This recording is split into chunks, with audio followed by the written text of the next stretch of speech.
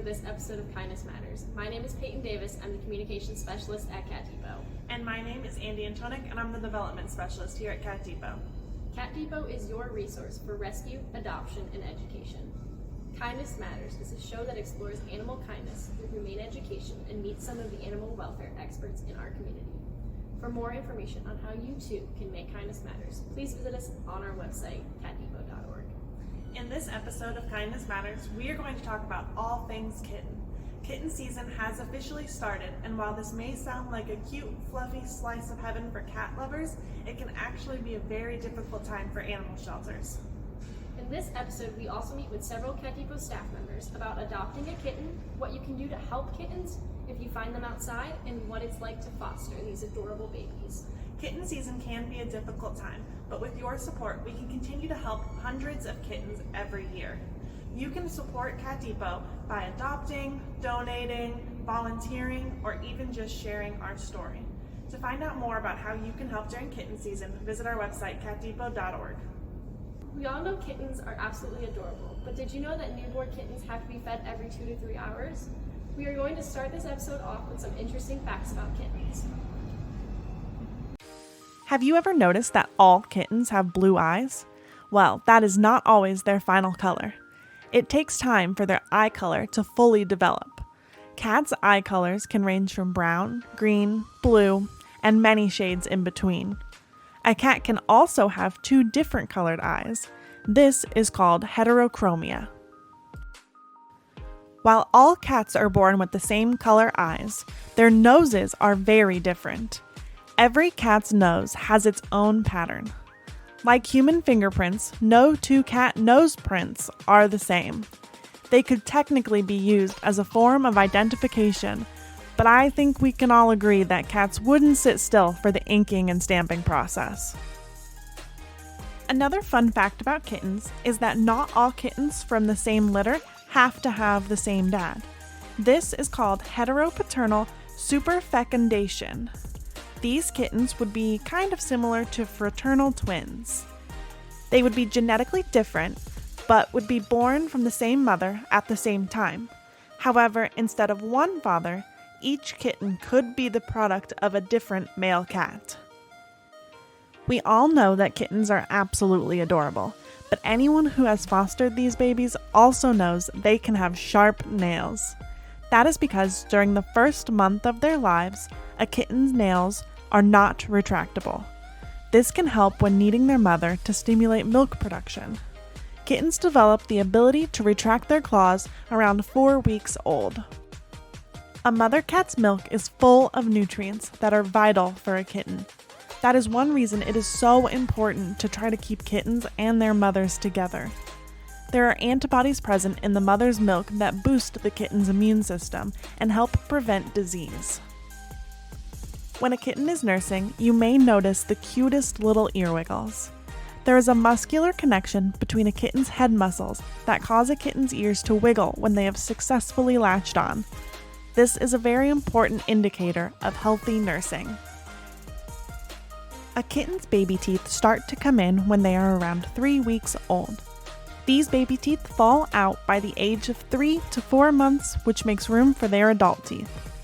Typically, their adult teeth are in place by the time a kitten is around 6 months old. There are so many interesting facts about kittens, but some of these may not be too surprising to those who have a lot of experience fostering these adorable babies.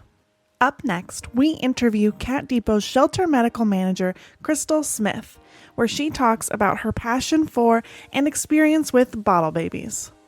Hi everyone, we're here with Crystal Smith. Crystal, would you like to tell everybody a little bit about yourself? Yeah. So I just moved to Florida in November now from Maryland. I have been in the veterinary industry for almost 10 years now. Kind of worked my way up per se. I started in reception, went to technician, kind of got into management, and then now I'm here.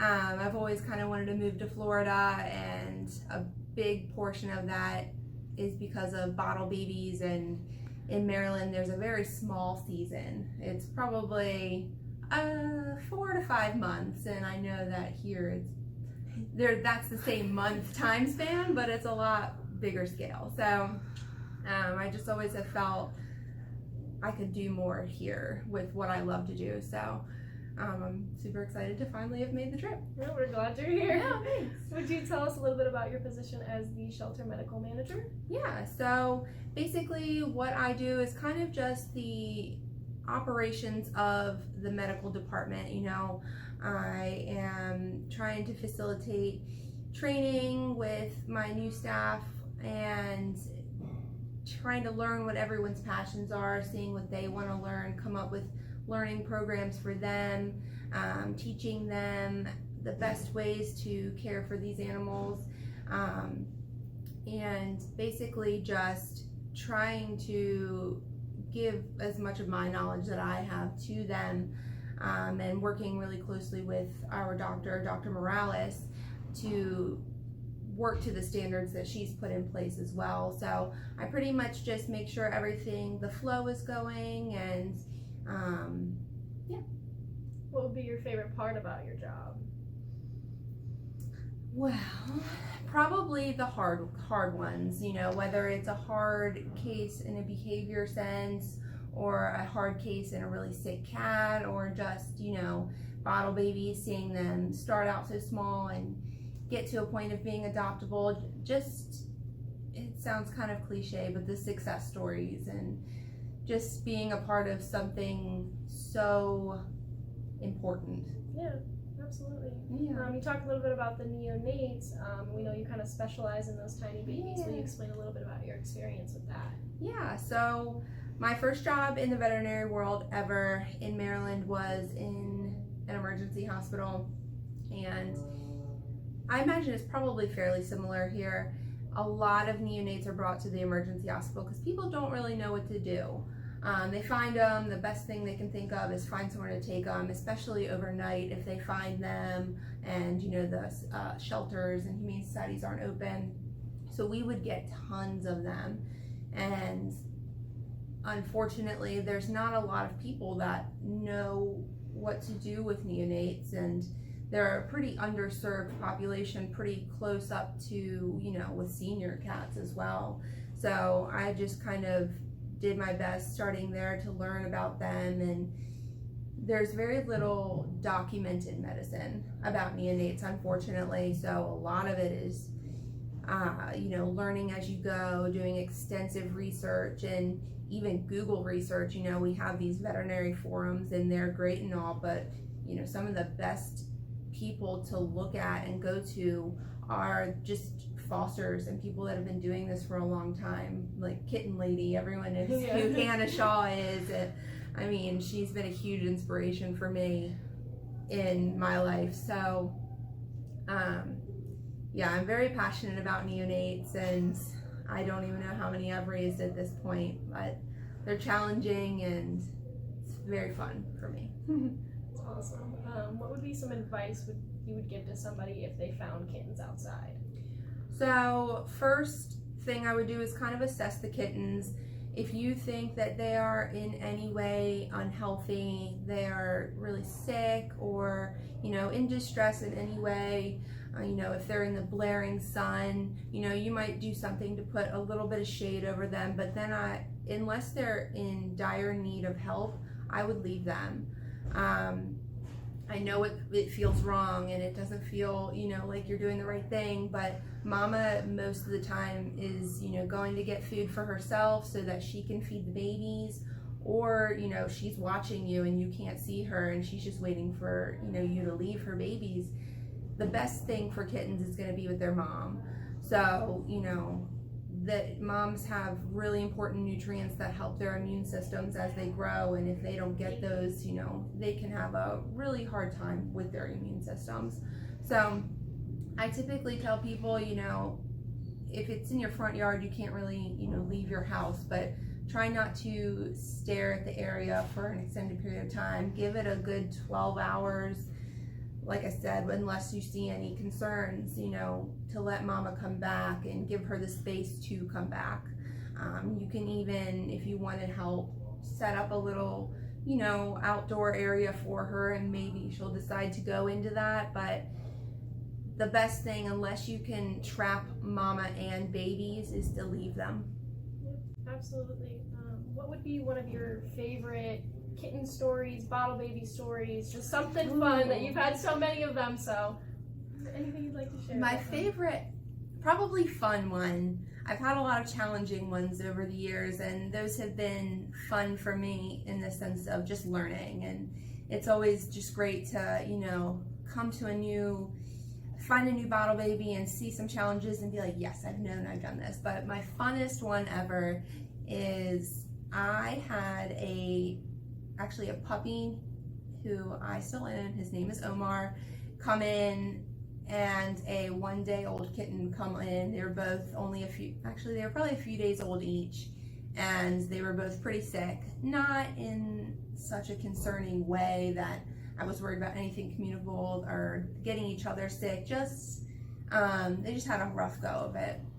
So we put them together I have a whole nursery set up, incubator and everything, and they lived in this little incubator together for their first weeks of life. And then when they finally got a little too big, or Omar got too big, the kitten's name was Jonathan, we had little playpens that were connected, and they would sleep. They'd hang out during the day, but when I separate them and go to sleep, they'd sleep right next to each other. It was so cute. That's probably my funnest one ever, because it's just so funny to see two different species just absolutely adore each other and lean on each other. So that was my funnest. That's so sweet. Yeah. So you obviously foster a little bit with all the neonates. What would be some advice you would give to someone who might be interested in fostering? Do it. Just do it. There are so many different avenues for you. If you only have a really small space, you can foster kittens, and maybe you only do 2 kittens at a time. If you only have a bathroom, we only really need you to foster until they're 2 pounds. So if you have space for 2 2-pound kittens, that's another 2 lives that you're saving. And if you have older cat and you're worried that might not make your cat happy, you could consider fostering maybe another older cat. We don't want anyone to be out of their comfort zone or put any of their animals out of their comfort zone, but there's definitely different personality traits that we can match people with, almost in the same aspect of adoptions. So there's just different avenues you can do, and different space requirements that, it's such a rewarding thing, and you really are making a world of difference to these cats, even if, you're a short-term foster versus, months and months at a time. So, just do it. Absolutely. Thank you so much, Crystal, for talking to us. Yeah. Next, we're going to talk about ways you can help. Even if you don't personally find kittens, there are still so many ways you can help out during kitten season. You can support your local rescues, who are going to have a huge surge in kittens. One of the biggest ways to support a rescue is by donating. At Cat Depot, we have an Amazon and Chewy wish list full of items needed for these kittens. By shopping on our wish list, items can be delivered directly to us. You can also donate funds to help care for kittens on our website, catdepot.org. For every $150 raised is 1 more kitten we are able to help. There is also a huge opportunity coming up to have your donation matched. The 2022 Giving Challenge is taking place from noon to noon, April 26th and 27th. The Giving Challenge is a 24-hour online giving event that connects over 700 nonprofit organizations with community members and passionate donors. The Giving Challenge is hosted by the Community Foundation of Sarasota County, with giving strengthened by the Patterson Foundation. The Patterson Foundation will contribute a 1-to-1 match for unique donations up to $100 per donor per nonprofit organization. This year, we are asking our community to be the one to help them grow. When kittens are born, they are dependent on their mothers. They need to be fed. They can't bathe or use the bathroom on their own. They need help staying warm. As they grow, they become more independent. They learn to walk, to eat, to play. But sometimes their mother isn't there. They rely on us. Make a difference in a kitten's life during the 2022 Giving Challenge. Be the one to help them grow.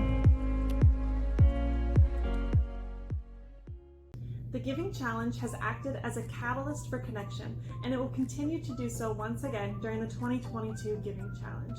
To donate, please visit givingchallenge.org. One of the last and most important ways you can help a rescue organization is to foster. Fostering is so important and allows us to help more cats and kittens every year. Up next, we're going to feature one of our incredible foster teams. Christine and David are two of our longtime fosters that have helped so many cats and kittens find their forever homes. When we asked Christine why they started fostering, she said this: "My husband and I travel internationally for work, so it is impossible for us to have a cat of our own.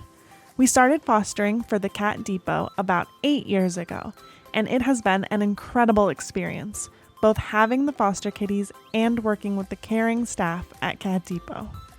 We often take the special needs cats and kittens to try to socialize them so that they will have a better chance for adoption. We hope we have made a difference in their lives, and we have loved having each and every one of them. Our absolute favorite foster was Tobias. He was a 7-year-old cat who was surrendered because he had a skin disorder and needed an expensive diet. He was the coolest dude we have ever met. Wishing him and all our other fosters long and healthy lives." The photos and videos shown are just a few of their most recent fosters. They have made such a huge impact in their 8 years with Cat Depot, and we are so grateful. Fostering is one of the biggest ways you can help out during kitten season. So if you're interested in learning about our foster opportunities, visit us at catdepot.org. And of course, once those kittens have reached the end of their time in foster, they will be available for adoption. Up next, Cat Depot's adoption manager and feline behavioral specialist, Richard, is going to give a few tips about adopting a kitten. Hi, welcome to Kindness Matters. This is Richard, the adoptions manager at Cat Depot. I'm going to talk a little bit today about what to do when you have young cats and kittens at home. So let's dive straight into toys. You're going to need a few self-access toys. Now, what I mean by self-access toys are things that cats can play with by themselves. Here's a beautiful example. Just a very standard Bergen ping pong ball style toy. And as you can see, the cats are fascinated with it already. Where are my cats? Hello, Jazzy, you gonna come down and have a look, sweetheart? Or did you guys all get camera shy? So a little bit of a self-access toy, something that cats can play with by themselves. Ping pong balls are great. We'll throw this one out of frame. And we've got some interest already. Little soft toys that the cats can kick around and bunny kick and chew on, give them something to do. And, you know, just any kind of little toy. Now that's what we call self-access toys. They're great for cats. You also need interactive toys. Now by interactive toys, I mean a toy where there's a human at one end of it, like this, and a kitty cat at the other end of it. Now these are the backbone of play when you want your cats every day to go through their routine of hunt, catch, kill, eat, groom, sleep. Before meals, give them a good session of playing with the toy. And as you can see, this one's much more a winner than the self-access toys.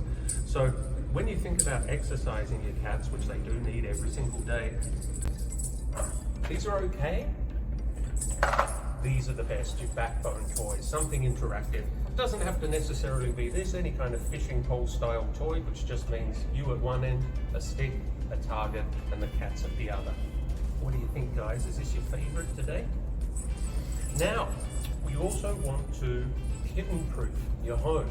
So just think about, like, if you baby-proof your home, it's the same thing with kittens. You want to go through and make sure there are no little pen lids or bits of candy or buttons or paper clips or anything ingestible, because young cats will get into everything. They will tug on everything, they'll chew it. So just be very aware of that. The big one, of course, is hairbands. You know, if you wear hairbands, if you have long hair, make sure your hairbands are always safely in the drawer that they can't get into. Rubber bands are another one. You don't want your cats ingesting these kinds of foreign objects. It's going to mean a trip to the vet. Not good for anybody. So just kitten-proof your home, provide lots of self-access toys, do lots of interactive play. And of course, you can always enhance play by providing a staged object for them to play in, on, and around while you're doing your hunting. Now this takes it to the whole next level, because cats love to strategize while they're hunting. So we'll pop that down there, and now we've got some next level stuff. Look at Rizzo, he's in there, he loves it. Jazzy's coming round the side, he's looking at it too. It's like horse racing, isn't it? Jazzy's coming up the left side, he thinks he's going to get it. Jazzy's going over the end, and Rizzo got it. Ta-da! Cats love to strategize, so don't underestimate the importance of using little objects to put the target out of sight. Have it make different noises on different surfaces, and you're going to have some very happy kitty cats. So they're the two main points I just wanted to share with you folks today. Kitten-proof your home, provide self-access toys, and play with your cats. 1, 2, 3. Third point, play with your cats with an interactive toy. There we go. Thank you, Richard, for talking about the important steps to take before adopting a kitten like Ike. And thank you, everyone, for tuning into this episode of Kindness Matters. Kitten season can be a very stressful time for rescue organizations, and we could not do this without your support. If you are looking for more ways to be involved with Cat Depot, please visit us on our website, catdepot.org. We have several fun events that happen monthly, like Namaste Yoga, Cats and Coffee, and Reading to Rescues. Take a look at all these fun events on our website. And don't forget to mark your calendars for the Giving Challenge. The 2022 Giving Challenge is taking place from noon to noon, April 26th and 27th. This is a great opportunity to show your support to local nonprofit organizations. The Patterson Foundation will be doing a one-to-one match for every donation up to $100 per donor per nonprofit organization. Be the one to help them grow. Thank you for joining us for this episode of Kindness Matters. For more information and resources on how you too can make kindness matter, please visit us on our website, catdepot.org.